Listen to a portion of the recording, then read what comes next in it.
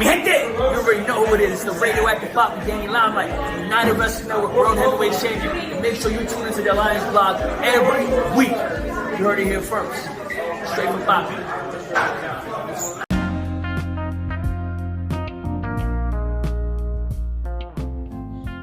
Welcome back to the Alliance Blog Podcast, a presentation of Alliance-Wrestling.com, the premier source for news and information for the National Wrestling Alliance.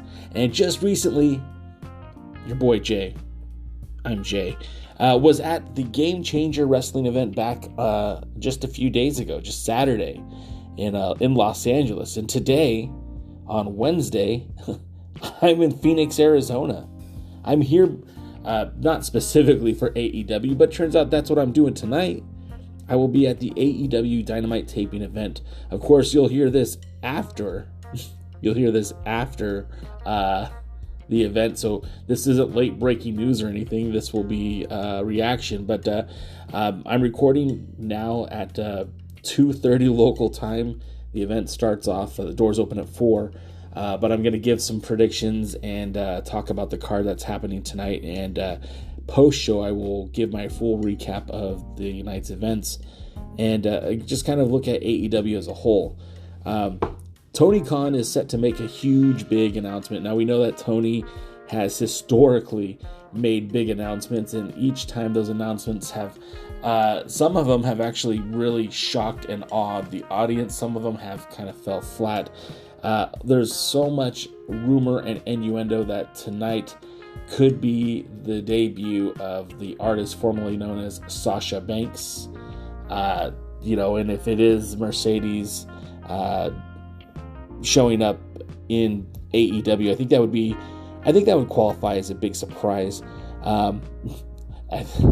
With all the rumors about the former NWA Women's Champion Camille, I wouldn't hate if it was the one-time NWA Women's Champion showing up tonight on AEW's on Dynamite. Although that's not going to be the case. AEW hasn't really been very cognitive of the NWA space. They don't really mention where Eddie Kingston or Ricky Starks or any of those guys got their starts prior to working for AEW, so I don't imagine that's going to be a big deal. The card that's been announced so far is actually a pretty solid night of wrestling. The main event is going to be for the AEW World Tag Team Championships. It's a tornado tag team match featuring Big Bill and Ricky Starks taking on Sting and Darby Allin. Now this one, I'm going to just say it right now. If Sting doesn't walk away as champion, I hope the whole arena erupts in violence and chaos, because there is no way that our boy Sting, who's ending his career in about a month, shouldn't leave AEW as world tag team champion. And just to kind of state the obvious, Sting and Darby Allin will be facing the Young Bucks in Sting's retirement match. So what better way to raise the stakes than by adding the tag titles? I feel like that's going to happen tonight. Also, a really big matchup for the night. We're going to see Hangman Page challenge Swerve Strickland, and the winner of that match is going to challenge Samoa Joe for the AEW Championship at Revolution. Revolution. Pardon my mispronounce there. That should be really entertaining. Now, it's kind of funny. The last time I went to an AEW event, Swerve Strickland and Hangman Page worked that match at the Kia Forum in Los Angeles. So it's kind of interesting that I get to see them run it back. This time it looks like it's going to be a straight up regular match without all the weapons and whatnot. Another match that I'm very much looking forward to is the Blackpool Combat Club,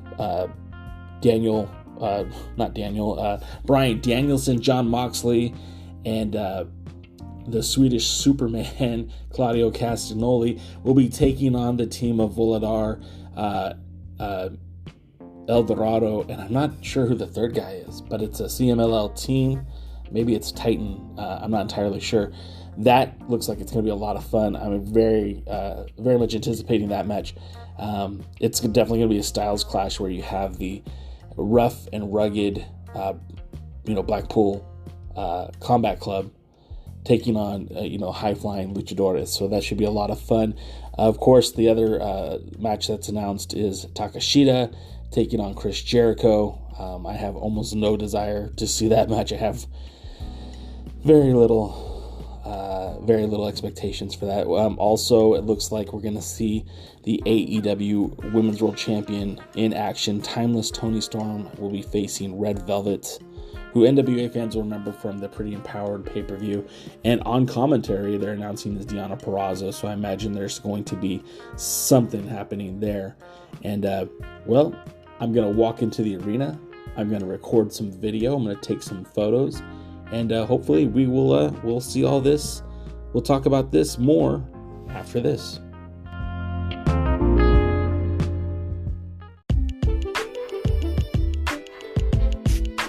Times are tough now, guys, and it's no joke out here. That's why I'm very proud to be partnering with the Upside app. They're leveling the playing field, guys. They're giving you opportunities to earn cash back on purchases for groceries, purchases for gasoline, purchases for food. These are the things we all spend our money on all the time. I believe in Upside. I use Upside weekly. My lifetime earnings is over $408, and you too can be earning cash back on your fill-ups, your groceries, or your eating out experiences just by signing up, and it's free. By using my invite code JASON75338, that's Jason 753338, you'll earn $5 cash back on your first fill-up. Use the link in the video description or download the app, but make sure you use that invite code JASON753338 and make money by using the Upside app. Join us live in Boston. You're going to want to join us right here on TBS on March 13th, because Big Business is going to be one of the most important nights ever in AEW, and a night that the entire pro wrestling industry will remember. Thanks, guys. Back to you.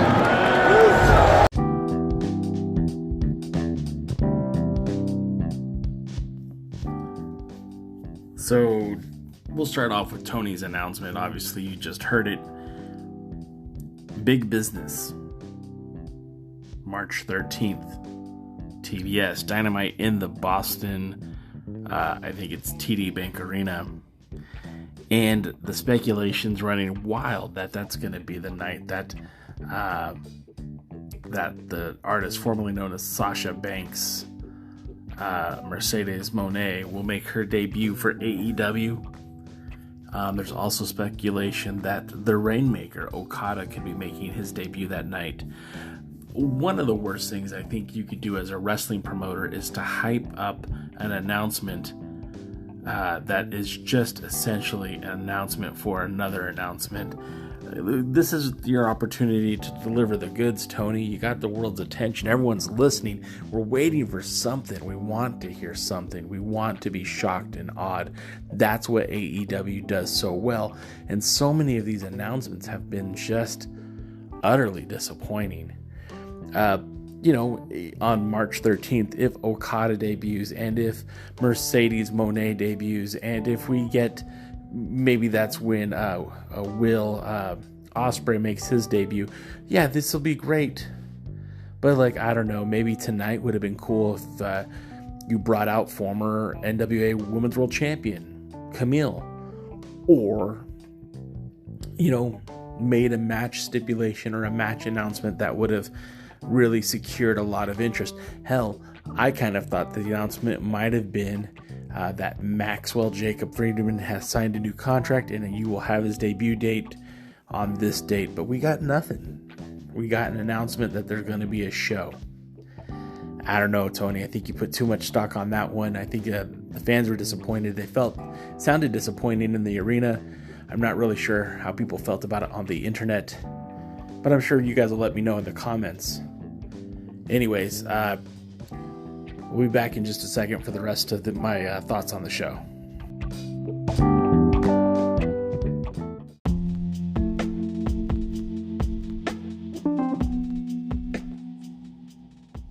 So, I was right with my predictions.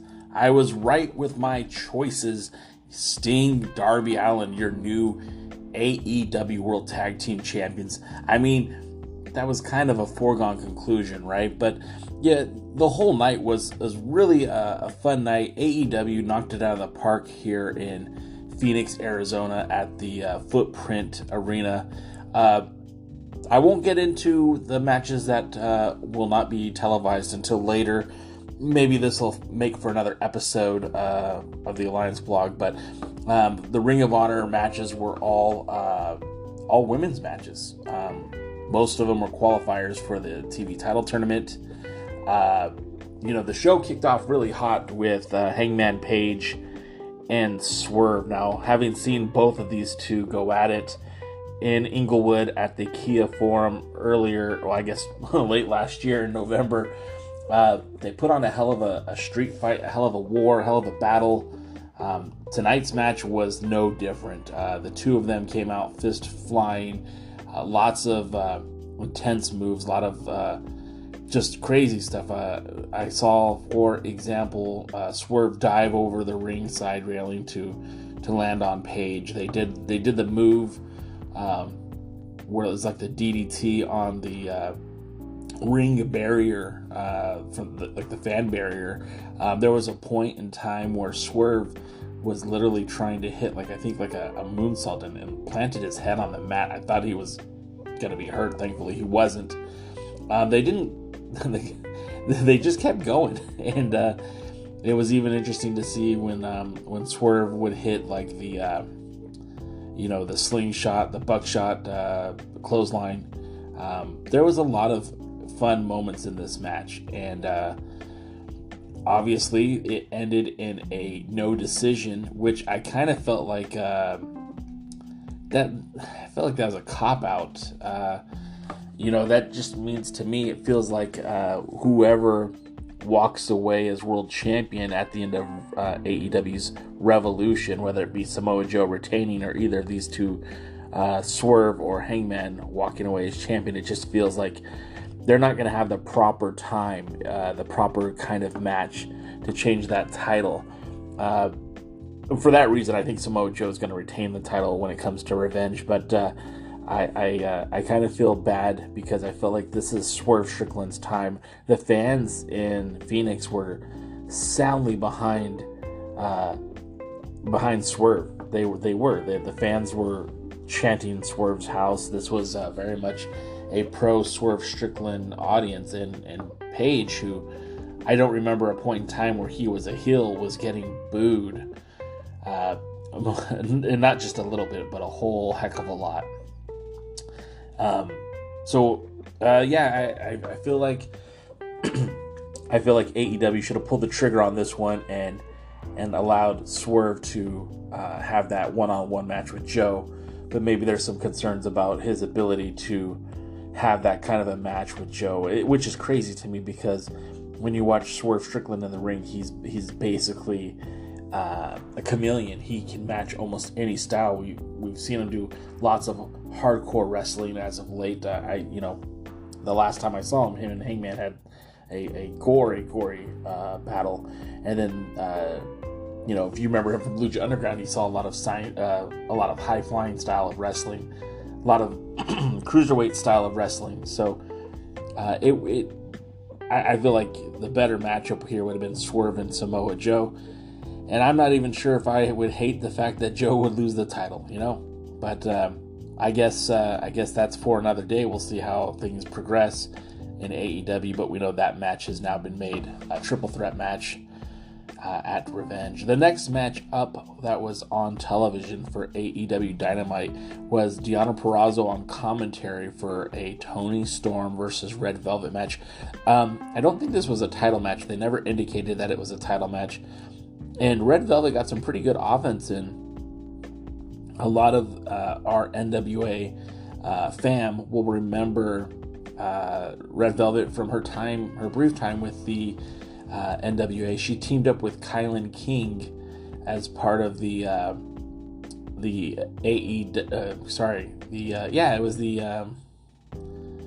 was it the AEW contingent? Now I don't know if I'm even saying the right thing. For Pretty Empowered, the NWA pay-per-view, did she team up with Kylan King? Now I have to look, so you'll have to just listen to me stutter while I try to pull it up on the computer here real quick. But yeah, it was a fun match up. Of course, Toni Storm is full of natural charisma. Watching her perfect her trade, she's incredible. Phenomenal athlete. I feel like at this point in her career, she is the right person to be holding that title. I know they're going to be building towards Deonna Purrazzo, and Deonna Purrazzo I also feel is a great talent as well, but I feel like at some point these two will step in the ring. I mean, of course they will. That's what they're building towards. But as I'm stalling to try to find, yes, Red Velvet teamed up with Kylan King to take on the Free Babes, which was Jazzy Yang and Miranda Gordy. They won in the first round and then lost to the Hex, which was Allison Kay and Marty Bell. So that's where you might have seen her from. Again, a lot of offense for Red Velvet. She was not a slouch by any stretch of the imagination. She put in the work, but obviously Toni Storm is kind of like the measuring stick in the women's division for the AEW brand as it currently stands. Next up on the television episode of Dynamite, we had the Blackpool Combat Club, the BCC, not to be confused with anything else, and that was the three men representing the BCC. I'm gonna get myself in trouble here. Was Bryan Danielson, Jon Moxley, and of course Claudio Castagnoli, former Ring of Honor World Champion, Moxley, former AEW World Champion. They took on the team of the Luchadors from CMLL. Now, I am very familiar with Volador Jr. I've been watching Volador Jr. for a very long time. Him and Rocky Romero actually were trading hands with the CMLL Super Ligero Championship back in 2002, 2003, like early, long time ago. So it was kind of cool to see up close and personal again, and it was a lot of fun watching him make his I think it was his debut in AEW. Also on that CMLL team is Mascara Dorado 2.0. Not to be confused with Mascara Dorado 1.0. Obviously, they haven't acknowledged it as 2.0 in AEW. I guess it doesn't really need that explanation, but if you're into Lucha Libre, you know. And I don't even know how to pronounce his name. Hienciero. It was a fun match. This might have been my favorite match of the night because I do very much enjoy watching Bryan Danielson wrestle. I still think that maybe he's one of the greatest wrestlers on the planet at this point in time. I think Claudio Castagnoli is a lot of fun to watch in the ring, especially with his previous experience in promotions like, what was that called? Oh man, I can't remember. Mike Quackenbush's promotion. Oh, this is sad radio that I can't remember the name of that promotion. Anyways, when Claudio Castagnoli was coming up on the independent scene, he did a lot of basing for cruiserweights, junior heavyweights, high-flying matches. So you know that he's capable of helping a luchador base for any match. And so it was a lot of fun watching how he interacted with like Volador and Mascara Dorado. It was a good time. The match went very back and forth, a lot of offense, especially the Hienciero. I know I'm not saying that right. He got a lot of offense in, especially on Danielson. Tied him up like a pretzel a few times. The match ended when Claudio had distracted the referee just long enough to give the old foul shot to I think it was Volador. Oh man, now I can't remember. he gave the foul shot to somebody, and anyways, it was a fun match. This brought the other luchadors out, and that were ringside, and it started a minor brawl, which then brought out some other talents that are on the AEW roster, and this again was a fun match. I feel like they might be building towards a CMLL versus AEW feud. I don't think it's just going to be big. The Blackpool Combat Club. I think it's going to be an AEW versus CMLL type thing, and it was a lot of fun. And again, as somebody who enjoys Lucha Libre, this is one of my favorites. That brings us to the next match that I honestly had no interest in whatsoever. And that was Chris Jericho versus Takeshita. Am I saying that right? This match, I know that Don Callis and his family have kind of been running roughshod. It started off with Kenny Omega as being the focus of Don Callis' angst, and it had spilled over to Chris Jericho when Omega and Jericho became tag team partners briefly before Omega's injuries put him on the shelf. This match, it was fine. Again, as somebody who grew up very much idolizing Chris Jericho and enjoying his matches, I kind of wish he would retire. One of the cool things that happened during the match was we saw Sammy Guevara come out midway through the match and strike Will Hobbs with a chair, just loaded up and smacked him as hard as he could.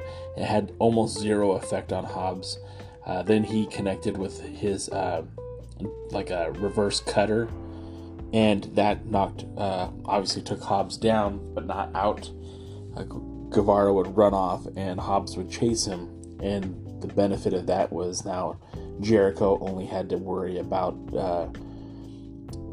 Takeshita and his manager. So that for that reason, that was kind of a smart tactic. But again, I can't even care about this. Don Callis is fine, Takeshita is fine, but Jericho is not the Jericho I grew up watching.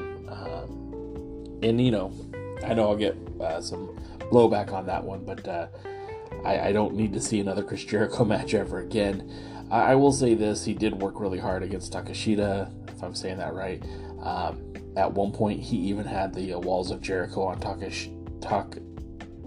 Takeshita. Man, I hope I'm saying that right.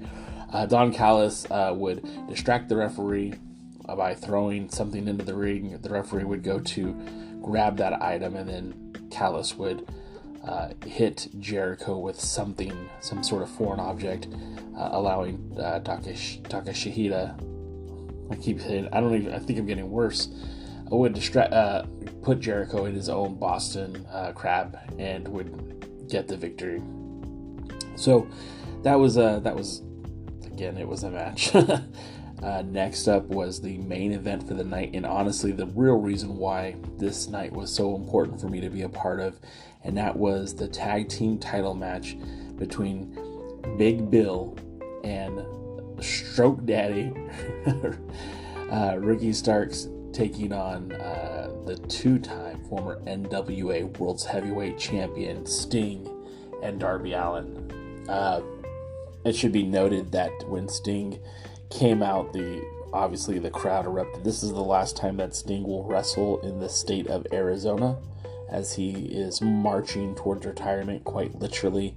I believe March 3rd is the last date he will wrestle, and it's being there and at the Kia Forum in Inglewood back in November. I thought that was genuinely going to be the last time that I got to see Sting wrestle, and it was great to see him in the ring with Edge and Darby against Christian and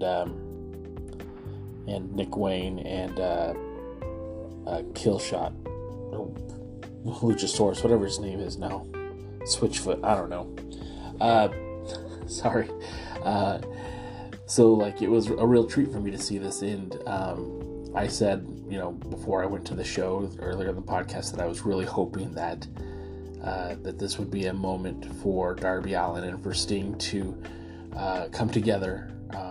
Obviously, if they win the tag titles, the match between the Young Bucks would then even have more importance, as the Bucks have been trying to get their hands back on those tag team titles, but not having had the opportunity to get that match. I mean, the last time I saw the Young Bucks in person, they lost the match to Kenny Omega and Chris Jericho, which would prevent them from challenging for the tag titles. So this was a kind of a big deal. Sting came out as he came to the ringside. He hugged, which I believe are his sons, two very big men that looked a lot like younger Stings, so probably it was his sons. And this match was chaotic. It was crazy. It was... I've always thought of Sting as like a technical wrestler, a brawler, if you will, from time to time, but more emphasis on the power wrestling and the technician, right? I mean, his finishing move for many years was the Scorpion Deathlock, and that's the move that's synonymous with Bret the Hitman Hart. So I've always kind of looked at Sting as this hybrid between like a power wrestler and a mat technician. And,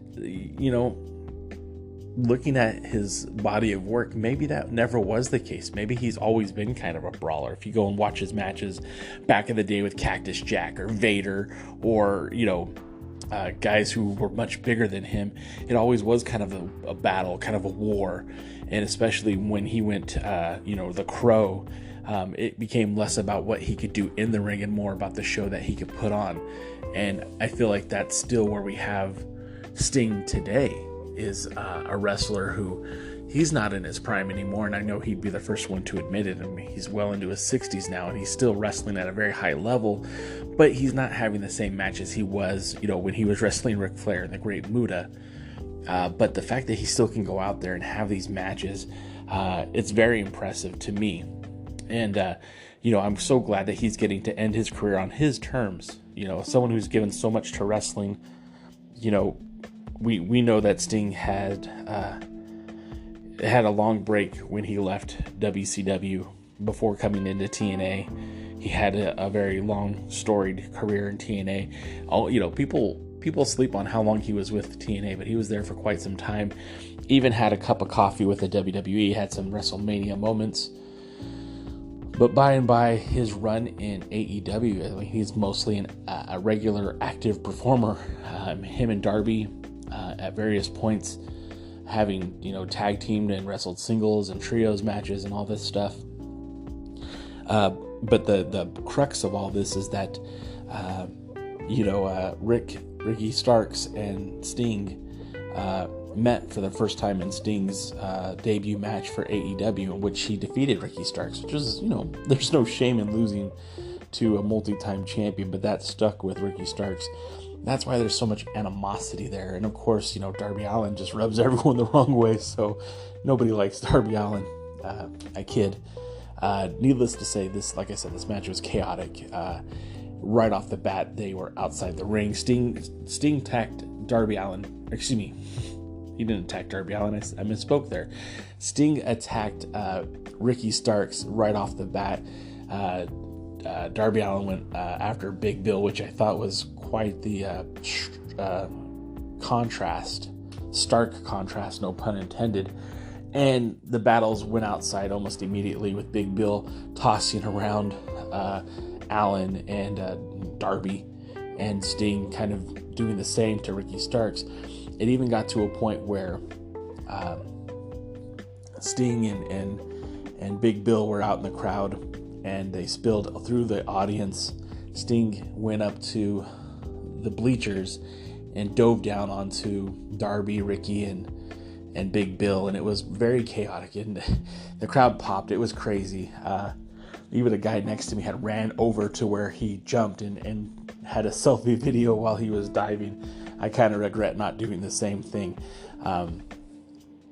That was a pretty cool spot, and again, seeing Sting go all New Jack was quite the, I know he's done it before, but it's just such a risk that is so unnecessary at this point in his career, but kind of cool, man. Kind of cool.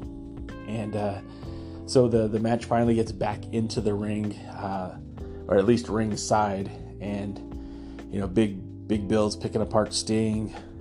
Ricky Starks is picking apart Darby Allin. They finally get back in the ring, and eventually Sting gets Ricky Starks to tap out. The crowd goes nuts, man. There's confetti everywhere. People are screaming.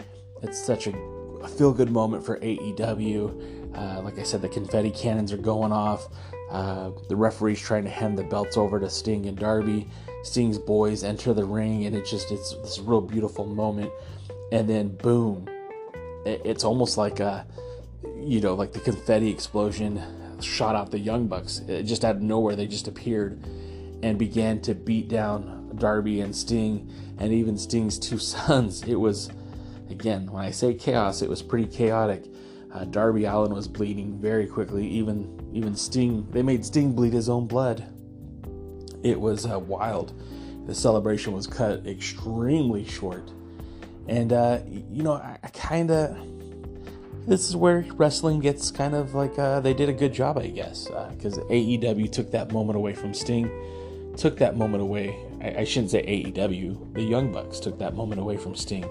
They took that moment away from him celebrating with his real sons and his adopted son. They took away that moment of celebration that the Arizona fans wanted so desperately.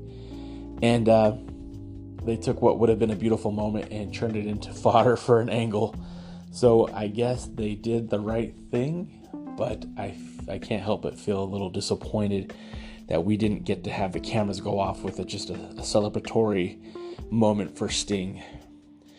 Which leads us to, that was the end of tonight's episode of Dynamite. I'm sure that there will be a lot of unanswered questions as they go to March 3rd, which is supposed to be Sting's final match in AEW. It's supposed to be his retirement. And I guess this begs the question that if Sting and Darby Allin retain the titles, will they forfeit the tag titles? Will Darby Allin be responsible for finding a new partner? Will Sting stay in the ring until he loses the belts? I mean, all these questions will have to be answered at some point. But again, this was such a good night. Other ancillary things that I always like to check out when I go to the wrestling shows too is, what does the merch look like? How was the audience? When I went to buy tickets, there were a lot of tickets still available. I bought my ticket last week, but I did notice that it was a pretty full building. I had to sit on the hard cam side, and my ticket wasn't cheap either. I think I paid like $100 for it. There were seats available by the cameras, but it seemed like those were limited seats. But the crowd was hot for almost everything all night. They were really big, especially with the Lucha Libre, and I think that might be because of a large Hispanic demographic that tends to be in the Southwest.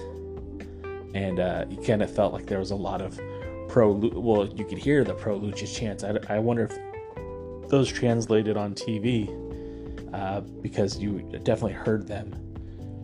And then, of course, like I checked the merch after the show. Every single piece of Sting merchandise was sold out, which was incredible. I asked for a couple items. They were not available. They had hoodies, but I'm not going to spend $70 on a Sting hoodie. As much as I like the Icon, the Surfer, the Crow, whatever you want to call them, I'm not spending $70 on a sweater. So I spent $40 on a Samoa Joe t-shirt. I guess that feels vindicated right there. But all in all, I had a really good time. This is my third AEW show in a different state. I have been to 2 shows in California. In fact, my first AEW show was in Las Vegas, 2023. And that was the Double or Nothing pay-per-view.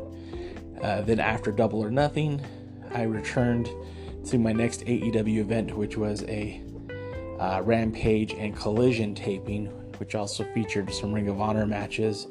And then tonight, and then the next night was the pay-per-view, which I can't remember the name right now, so I'm not going to say it.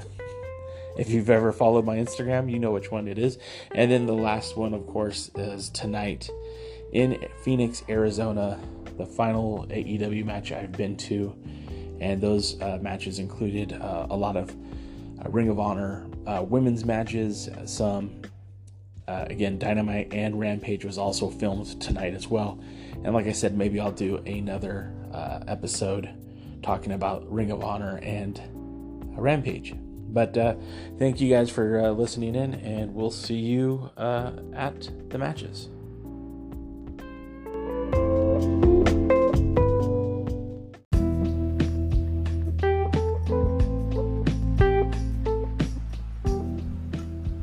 Thank you for tuning in to the Alliance Blog Podcast, a presentation of Alliance-Wrestling.com, the premier source for news and information for the National Wrestling Alliance. Would you consider subscribing so you never miss a new episode? You can follow us on all social media at the Alliance Blog, and we stream live on Twitch, Kick, and YouTube every Tuesday, Wednesday, and Thursday, 5 p.m., 6 p.m., and 8 p.m. Eastern at the Alliance Blog. Until then, we are the Alliance.